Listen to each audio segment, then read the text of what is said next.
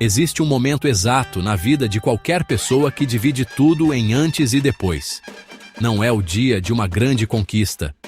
Não é o instante em que tudo finalmente dá certo.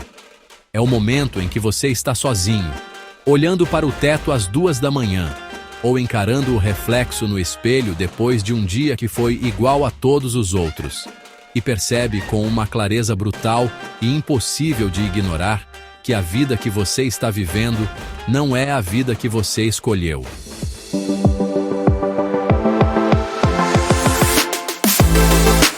A vida que aconteceu enquanto você esperava, enquanto adiava, enquanto se convencia de que as condições ainda não eram as certas, de que o momento ainda não havia chegado, de que você ainda não estava suficientemente preparado para começar.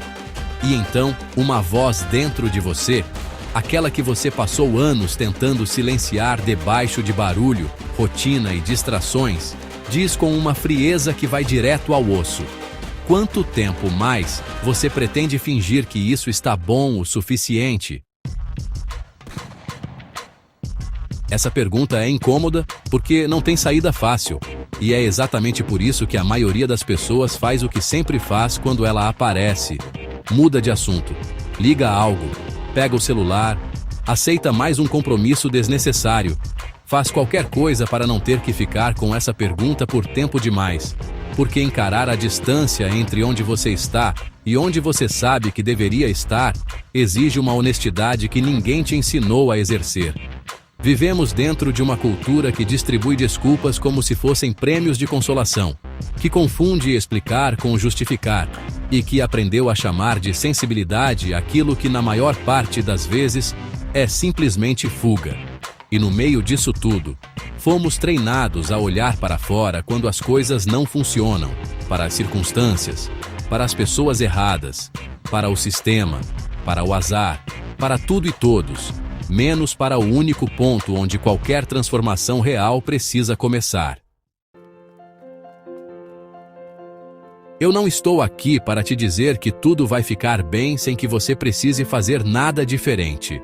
Não estou aqui para te vender a ideia de que bastam pensamentos positivos e uma boa playlist para que sua vida mude de direção. Se você chegou até aqui, alguma parte de você já está cansada dessas histórias. Cansada de frases que soam poderosas numa tela, mas que se dissolvem na primeira fricção real do cotidiano. Cansada de motivação que dura até o intervalo seguinte e não deixa nenhuma raiz. O que você precisa não é de mais inspiração descartável, é de uma verdade que seja pesada o suficiente para sustentar o peso daquilo que você está carregando. Então vamos começar pelo começo de verdade.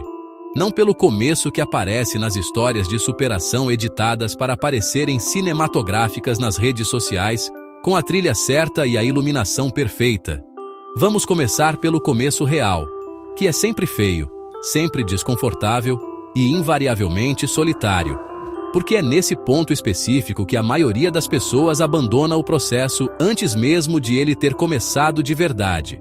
Alguém lê um livro que a sacode, assiste a um conteúdo que a acende por dentro, sente aquela energia temporária que parece ser o início de algo, define metas, reorganiza a agenda, cria uma nova rotina e, em menos de 3 semanas, tudo voltou ao estado anterior, como água que volta a encontrar seu nível.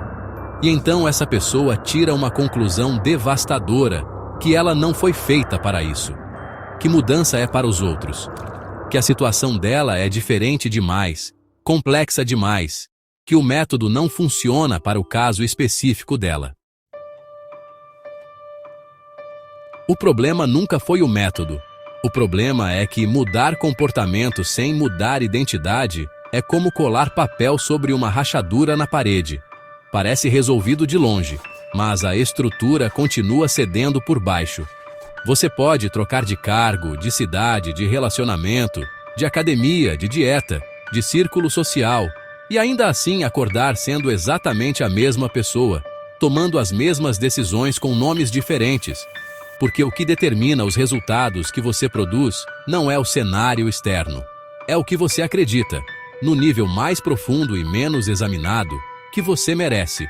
É o que você acredita que é capaz de sustentar quando não há nenhuma evidência visível de que o esforço está valendo alguma coisa. É a conversa que você tem consigo mesmo quando ninguém está olhando e quando nenhum resultado ainda apareceu para confirmar que a direção estava certa. Pense em alguém que passou 18 anos trabalhando num ambiente que esgota sua energia, que não faz sentido, que não usa nada do que ela tem de mais verdadeiro. Ela poderia ter saído, poderia ter mudado, mas não mudou porque por baixo de todas as justificativas racionais e razoáveis, existe uma crença que ela nunca parou para questionar, a de que uma vida diferente não está disponível para ela. Que as pessoas que conseguiram tiveram condições que ela não teve, que o momento dela passou, que ela começou tarde demais, que já é muito para recomeçar. E essa crença nunca foi baseada em nenhuma evidência real. Ela veio de uma história que ela repetiu internamente tantas vezes, que parou de parecer uma história e passou a parecer um fato. É aqui que tudo começa a mudar. Não quando você encontra a ferramenta certa. Não quando as circunstâncias externas finalmente cooperam. Mas quando você decide olhar para aquela história interna com os olhos de quem está disposto a testá-la, em vez de apenas herdá-la. Quando você para e pergunta: essa limitação é real ou é apenas antiga? Esse teto é estrutural ou é apenas familiar? E familiar é uma coisa radicalmente diferente de inevitável. O processo de reconstrução de uma vida começa sempre nesse ponto de inflexão silencioso, que não tem plateia, não tem validação imediata e não tem garantia nenhuma de resultado.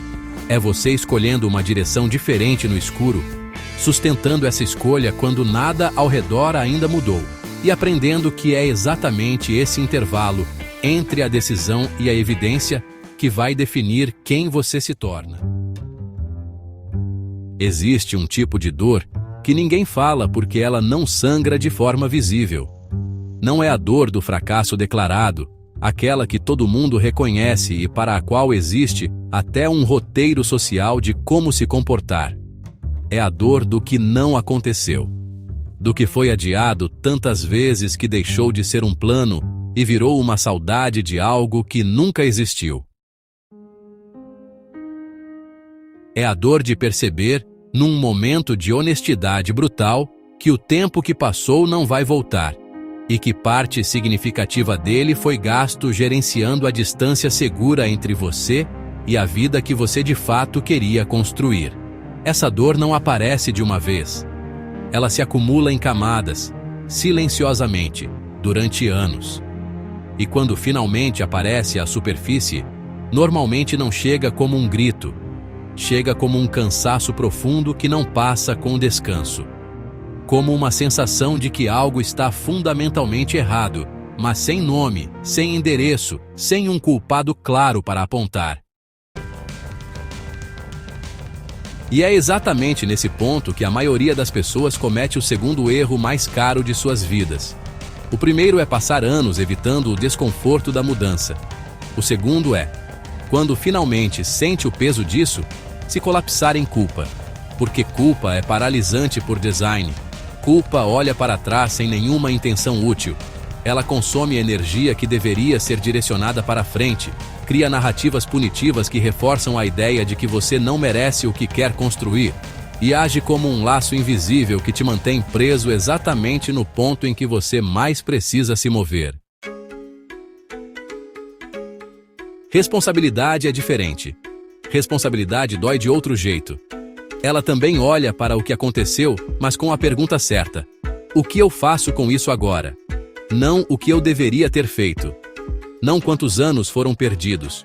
Não quão diferente teria sido se. Mas o que existe de aproveitável nesse ponto exato onde estou, com o que tenho, a partir de agora. Essa distinção parece simples escrita assim. Na prática, é uma das fronteiras mais difíceis de atravessar, porque ela exige que você abandone a identidade da vítima sem negar que coisas difíceis realmente aconteceram. E isso é um equilíbrio que pouquíssimas pessoas conseguem sustentar sem apoio, sem um modelo, sem alguém que já fez esse percurso e pode confirmar que o outro lado existe.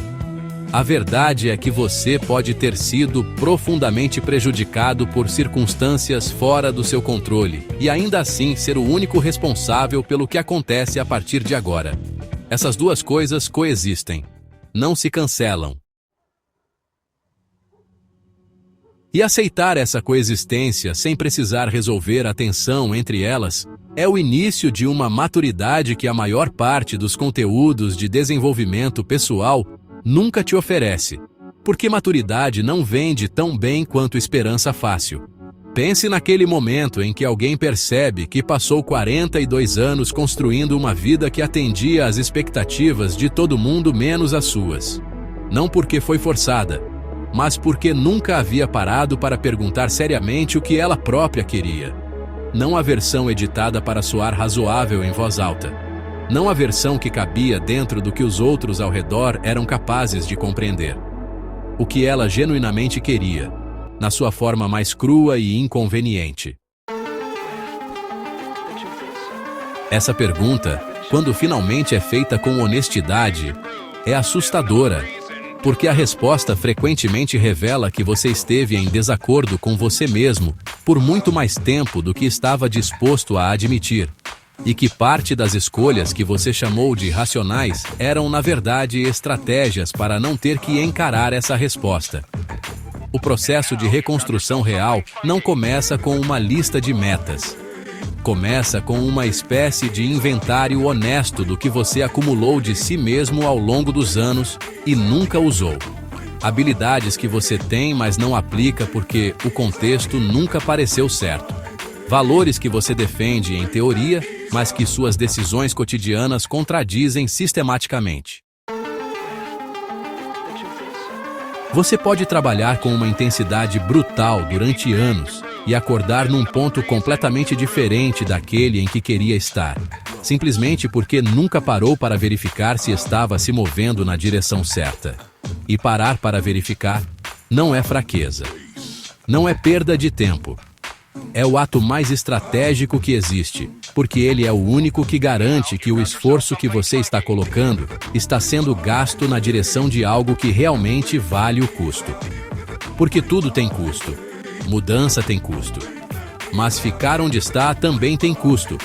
A única diferença é que o custo de ficar é pago em parcelas tão pequenas e tão diluídas no tempo que parece gratuito, até o dia em que você olha o extrato completo e percebe o total. O que separa as pessoas que conseguem reconstruir suas vidas das que ficam presas num ciclo de tentativas que não avançam, não é talento, não é condição financeira e, definitivamente, não é ausência de dificuldades. É a disposição de sustentar um esforço por tempo suficiente para que resultados apareçam, mesmo quando nada ao redor confirma que a direção está certa. É aprender a distinguir o desconforto do crescimento do desconforto do caminho errado, porque eles são diferentes, e confundi-los é um dos erros mais comuns e mais caros que uma pessoa pode cometer no meio de um processo de mudança real. E é entender que você não precisa estar completamente curado, completamente preparado ou completamente seguro para dar o próximo passo. Você precisa apenas estar disposto a dar esse passo, sendo quem você é agora, com as ferramentas que tem agora, sem esperar por uma versão futura de si mesmo que só vai existir como consequência dos passos que você der hoje. Se esse conteúdo está tocando em algo real dentro de você, quero te pedir uma coisa diferente do que você está acostumado a ver aqui. Não vou te pedir para deixar um comentário genérico. Vou te fazer uma pergunta de verdade. E quero que você responda com honestidade nos comentários. Qual é a história que você parou de questionar e começou a tratar como fato? Aquela narrativa interna que você repete há tanto tempo que esqueceu que foi você mesmo que a construiu. Escreve. Uma linha é suficiente. Porque quando você coloca isso em palavras pela primeira vez, algo começa a se mover. E se esse canal está chegando até você num momento em que você precisa de conteúdo que não subestima sua inteligência, que não te vende conforto barato, que trata a mudança como ela de fato é, se inscreve, porque tem muito mais vindo por aí, e você não vai querer perder. Chegamos ao ponto que a maioria dos conteúdos de desenvolvimento pessoal evita porque ele destrói a premissa de que transformação é um processo linear, progressivo e reconfortante. A verdade é que o momento mais decisivo de qualquer reconstrução real não é o primeiro passo, é o 17º passo, dado depois de uma semana em que nada funcionou como deveria, em que o cansaço físico e o cansaço emocional se somaram de um jeito que parecia impossível de sustentar, em que a voz interna que você trabalhou tanto para silenciar voltou com argumentos novos e uma precisão cirúrgica, apontando exatamente para os pontos onde sua determinação estava mais frágil. É nesse momento, sem plateia, sem validação, sem nenhuma evidência visível de que o esforço está produzindo algo, que o caráter real de uma pessoa se revela. Não o caráter que ela exibe quando as coisas estão indo bem. O caráter que aparece quando não há nenhuma razão óbvia para continuar, exceto a decisão silenciosa e solitária de que desistir não é uma opção que ela está disposta a colocar na mesa. Esse ponto é onde a maioria abandona. E abandona não porque seja fraca, mas porque nunca foi ensinada a distinguir crise de colapso. Crise é passageira por definição. Ela tem pico e tem descida. Ela é parte inevitável de qualquer processo que importe o suficiente para ser difícil. Colapso é diferente. É o resultado de ignorar os sinais de crise por tempo demais, de empurrar sem parar, sem nenhuma estratégia de recuperação, de confundir resistência com teimosia e descanso com fraqueza. A pessoa que aprende a atravessar crises sem colapsar não é a que não sente o peso. É a que desenvolveu, ao longo do tempo e com muita fricção, a capacidade de continuar funcionando enquanto sente o peso, sem precisar resolver tudo antes de dar o próximo passo, sem precisar que o terreno esteja firme para continuar se movendo. Essa capacidade tem um nome que foi banalizado pelo uso excessivo, mas que no seu sentido real é uma das habilidades mais sofisticadas que um ser humano pode desenvolver: resiliência. Não a resiliência de cartão motivacional, que é basicamente suportar tudo sem reclamar e sorrir para a câmera. A resiliência real é adaptativa, inteligente e profundamente pessoal. Ela não significa absorver golpes sem reagir.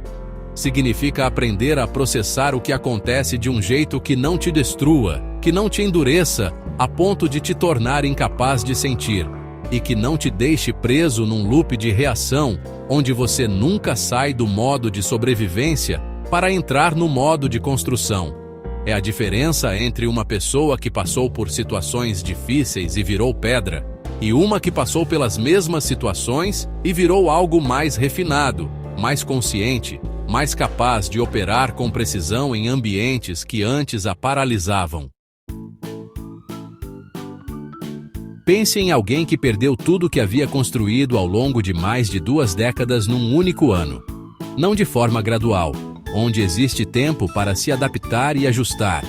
De forma abrupta, simultânea, o tipo de ruptura que não deixa nada intacto. O relacionamento que parecia sólido. A estabilidade financeira construída com sacrifício real. A identidade profissional que era o eixo em torno do qual toda a vida havia sido organizada. Tudo no mesmo período, sem intervalo entre um golpe e o seguinte. Esse tipo de experiência ou parte uma pessoa de um jeito que nunca se recupera completamente, ou produz uma clareza que nenhum período de estabilidade seria capaz de gerar, porque é no ponto de ruptura total que as pessoas descobrem o que realmente está lá, quando tudo que era decorativo, tudo que era conveniente, tudo que era apenas hábito, é retirado de uma vez.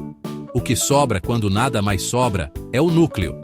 E conhecer seu próprio núcleo, Independente de quantas camadas de identidade foram destruídas no processo, é o tipo de autoconhecimento que nenhum curso, nenhuma mentoria e nenhum livro consegue replicar de forma acelerada. O problema é que chegar a esse núcleo por ruptura é doloroso demais. A alternativa, e ela existe, é chegar a ele por escolha.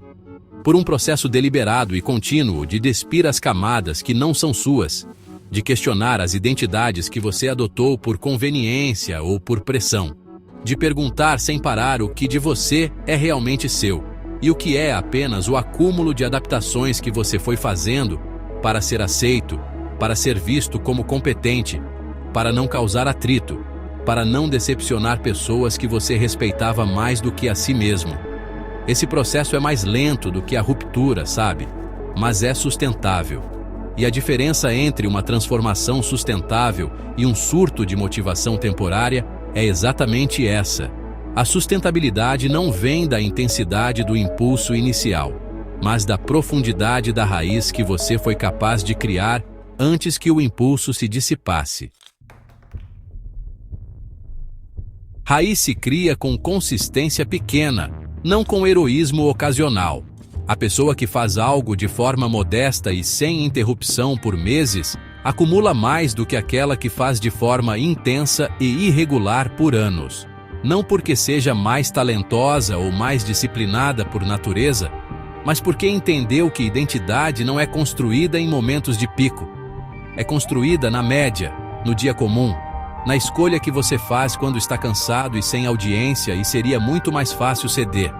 Cada vez que você age de acordo com quem você decidiu ser, mesmo quando não sente vontade, mesmo quando ninguém vai saber, mesmo quando o resultado imediato não é nenhum, você está depositando algo no núcleo.